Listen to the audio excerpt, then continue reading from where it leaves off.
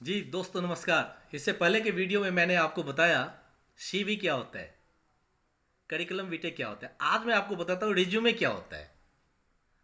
बहुत से लोगों को हंसी आएगा लेकिन आपको समझना है कि रिज्यूमे क्या होता है और रिज्यूमे क्यों जरूरी होता है, चाहे आप फ्रेशर हैं या एक्सपीरियंस प्रोफेशनल। अगर आपको नौकरी चाहिए तो एक रिज्यूमे या करिकुलम विटे की ज़रूरत पड़ेगी ही पड़ेगी। किसी भी तरह की जॉब के लिए, चाहे वो एकेडमिक हो या नॉन एकेडमिक हो, चाहे वो प्राइवेट कंपनी की जॉब हो या एमएनसी की हो, हर जगह आपको नौकरी पाने के लिए रिज्यूमे या सीवी की ज़रूरत पड़ेगी। जब भी किसी कंपनी में कोई वैकेंसी निकलती है तो कैंडिडेट्स के सिलेक्शन की पहली सीढ़ी रिज्यूमे ही होती है। जब वैकेंसी के लिए कैंडिडेट्स से उनका रिज्यूमे मंगाया जाता है तो कैंडिडेट्स को रिज्यूम के आधार पर ही कंपनी के रिक्रूटर्स ये तय करते हैं कि कैंडिडेट्स को इंटरव्यू के लिए बुलाना चाहिए भी या नहीं। ज़्यादातर कैंडिडेट्स रिज्यूम और सीवी को एक मानते हैं, लेकिन ऐसा नहीं होता है। हर कंपनी में हर जॉब पोजीशंस के लिए वह एक ही रिज्यूम या सीवी भेजते हैं, जिससे उनका रिज्यूम पढ़ा नहीं जाता है, उनके नौकरी मिलने के चांसेस कम हो जाते हैं। तो मैंने इससे पहले बताया कि करिकुलम वीटे क्या होता है और उसके पर्पस क्या है। तो दोस्तों, रिज्यूमे और करिकुलम वीटे दोनों का पर्पस एक ही होता है, लेकिन दोनों होते हैं बिल्कुल अलग अलग। रिज्यूम और सीवी में अंतर होता है। दोनों को अलग अलग जगह पर अलग अलग जॉब प्रोफाइल के लिए यूज किया जाता है। तो रिज्यूमे क्या है, रिज्यूमे का पर्पस क्या है, रिज्यूमे क्यों ज़रूरी है, रिज्यूमे कहाँ दिया जाता है, तो चलिए आज हम इसकी चर्चा करते हैं। रिज्यूमे क्या होता है। रिज्यूमे या रिज्यूम एक ऐसा डॉक्यूमेंट्स है जो आपकी एजुकेशन, आपके स्किल्स, आपका वर्क एक्सपीरियंस, आपकी अचीवमेंट का संक्षिप्त विवरण उस कंपनी के एचआर मैनेजर के सामने में पेश करता है जिसके लिए आप नौकरी के लिए इच्छुक हैं। रिज्यूमे में आपकी शिक्षा, आपका कार्य अनुभव, आपकी दक्षता, आपकी योग्यता, आपकी क्षमता और आपकी उपलब्धियों के बारे के महत्वपूर्ण बिंदुओं का जिक्र होता है। रिज्यूमे ज़्यादा बड़ा नहीं होता है, या एक या दो पेज का होता है, इसलिए हमें सिर्फ उन बातों को या उन जानकारियों को हाईलाइट किया जाता है जो उस जॉब की ज़रूरतों में शामिल होता है। रिज्यूमे में हर बात शॉर्ट में लिखी होती है। रिज्यूम जॉब की ज़रूरत के हिसाब से, जॉब के प्रोफाइल से हिसाब से चेंज किया जा सकता है। रिज्यूमे एक तरह से कैंडिडेट के प्रोफेशनल प्रोफाइल का एक स्नैपशॉट होता है। रिज्यूमे सिर्फ इंटरव्यू में पहुंचने का एक रास्ता है। रिज्यूमे के आधार पर कैंडिडेट्स को इंटरव्यू के लिए शॉर्टलिस्ट किया जाता है। Online job matching services provide कराने वाली कंपनी द लैडर्स की एक सर्वे है कि रिक्रूटर्स किसी भी रिज्यूम को पढ़ने में मुश्किल से औसतन 6 या 7 सेकंड का खर्चा करते हैं। उन्हें 6 सेकंड में एक रिक्रूटर यह तय कर लेता है कि उस रिज्यूम को इंटरव्यू के लिए सेलेक्ट करना है या रिजेक्ट कर देना है। इसलिए रिज्यूमे छोटा बनाया जाता है और ज़्यादा से ज़्यादा 2 पेज का बनाया जाता है।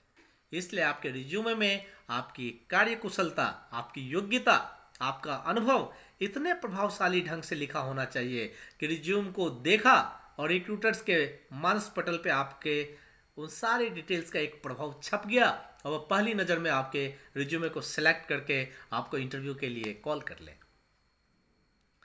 ज़्यादातर लोगों को ये पता ही नहीं होता है कि एक अच्छा रिज्यूमे कैसे बनाए। रिज्यूम बनाना भी एक कला है।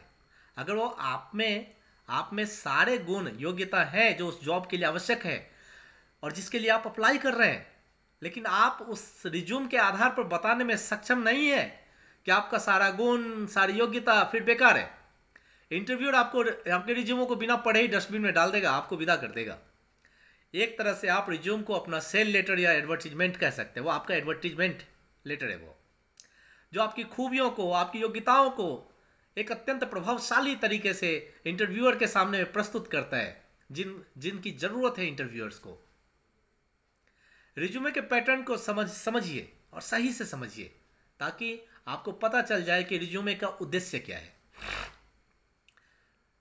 किसी भी कंपनी में जब भी कोई जॉब वैकेंसी ओपन होती है तो कंपनी का वैकेंसी का पूरा जॉब प्रोफाइल, रोल, रिस्पॉन्सिबिलिटीज, उस जॉब के लिए क्या जरूरी क्वालिफिकेशंस है, उस योग्यताओं से रिलेटेड ऐड निकलती है। फिर उस कंपनी का हायरिंग मैनेजर इंटरव्यू से पहले कैंडिडेट्स से रिज्यूम मंगवाता है।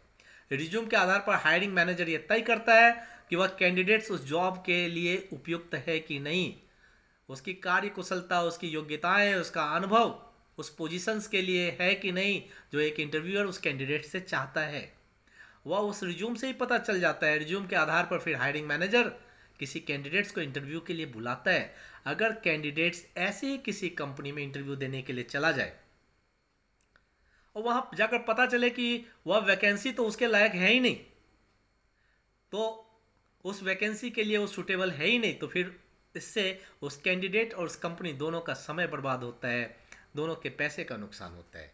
तो रिज्यूम के आधार पर शॉर्ट लिस्ट करने से कैंडिडेट और रिक्रूटर दोनों को फायदा होता है, दोनों का समय बचता है, दोनों का पैसा बचता है। अब रिज्यूमे जरूरी क्यों है? कुछ लोगों का मानना है कि रिज्यूम सिर्फ इंटरव्यू के लिए बुलाने का एक डॉक्यूमेंट्स है, जबकि ऐसा नहीं है। इंटरव्यू के लिए बुलाने के साथ साथ ये एक ऐसा टूल है जो प्रोस्पेक्टिव एम्प्लॉयर के सामने आपकी योग्यता, आपकी दक्षता, आपका अनुभव, आपकी कार्यकुशलता, इस आपकी उपलब्धियों को प्रभावी ढंग से बेचता है। जी, बेचता है। मैंने पहले ही कहा कि यह आपका एडवर्टीजमेंट लेटर है, सेल लेटर है। वह आपके प्रोस्पेक्टिव एम्प्लॉयर के सामने आपको इंट्रोड्यूस कराता है, उसे इंप्रेस करता है, उसके सामने आपके करियर के स्नैपशॉट को प्रस्तुत करता है। इसलिए नई जॉब, नई अपॉर्चुनिटीज, इंटरव्यू कॉल्स पाने के लिए रिज्यूम एक इंपॉर्टेंट डॉक्यूमेंट्स है, यह तो आपको मानना पड़ेगा। और रिज्यूमे से ही इंटरव्यूअर्स सैकड़ों की भीड़ में से उपयुक्त कैंडिडेट का चयन करता है। रिज्यूमे किसी ऑर्गेनाइजेशन के में घुसने देने के लिए आपके लिए पहली सीढ़ी बनता है। तो रिज्यूमे ही कैंडिडेट्स को रिक्रूटर्स के सामने आमने सामने बैठकर बात करने का मौका देता है। अब रिज्यूम दिया कहाँ जाता है? तो आमतौर पर रिज्यूमे सभी प्रकार की private company, MNC jobs, business, industry, government, non profit job के लिए दिया जाता है। और रिज्यूमे जो है मेनली 3-4 प्रकार के होते हैं। एक तो क्रोनोलॉजिकल या रिवर्स क्रोनोलॉजिकल रिज्यूमे होता है। एक होता है फंक्शनल रिज्यूमे, जिसमें आपकी योग्यता और कार्य की पूरी डिटेल्स होती है। एक होता है कॉम्बिनेशन रिज्यूमे, जिसमें सारी चीज़ों को संयोजित किया जाता है। और एक होता है टारगेटेड रिज्यूमे, जो आपका केवल और केवल उस जॉब प्रोफाइल से रिलेटेड टारगेट करके पूरा डाटा दिया जाता है। अब कुछ लोग रिज्यूम बना तो लेते हैं, लेकिन वो कुछ चीज़ों को ध्यान नहीं देते हैं रिज्यूम बनाते समय। तो चलिए हम इस पर भी बात कर लेते हैं कि रिज्यूम बनाते समय हमें क्या क्या ध्यान रखने वाली क्या क्या बातें होंगी। रिज्यूम को छोटा बनाइए, सरल बनाइए, प्रभावशाली बनाइए और प्रोफेशनल बनाइए। अपने रिज्यूम में बकवास बातें नहीं लिखिए, क्योंकि सामने बैठा हुआ है एचआर मैनेजर, आपसे कहीं ज़्यादा अनुभवी है, आपकी सारी बकवास बातों को वो तुरंत पकड़ता है।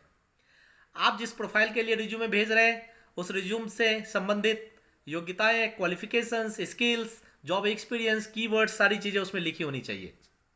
रिज्यूम को हर कंपनी, हर जॉब प्रोफाइल के लिए अलग तरीके से आप कस्टमाइज करिए।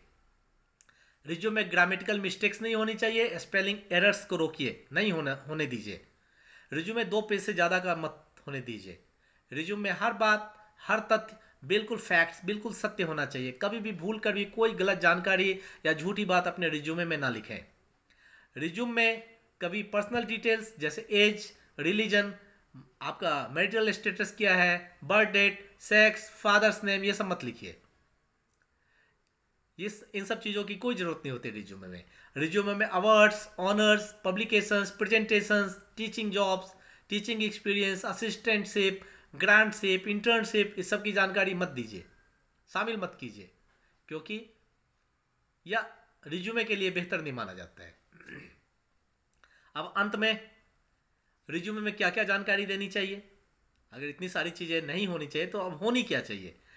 तो आपके कॉन्टैक्ट डिटेल्स होने चाहिए, आपका करियर ऑब्जेक्टिव्स होना चाहिए, करियर समरी होना चाहिए, आपका वर्क एक्सपीरियंस होना चाहिए, आपका एजुकेशनल क्वालिफिकेशन होना चाहिए, आपके स्किल्स होने चाहिए, आपके स्ट्रेंथ होने चाहिए, आपकी हॉबीज होनी चाहिए, और एडिशनल कोर्सेस और उससे आपने क्या सीखा वो होना चाहिए।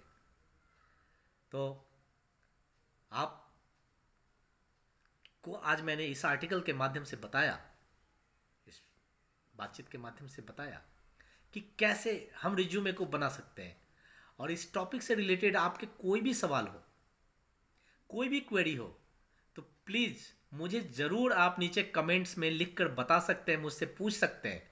और अगर यह आपको पसंद आया हो तो कृपया इसे साझा कीजिए, शेयर कीजिए और अपने दोस्तों तक भेजिए, ताकि लोगों को भी यह पता चले और मेरे YouTube चैनल को सब्सक्राइब ज़रूर करें और अपने दोस्तों को भी ज़रूर बताएं सब्सक्राइब करने के लिए। धन्यवाद।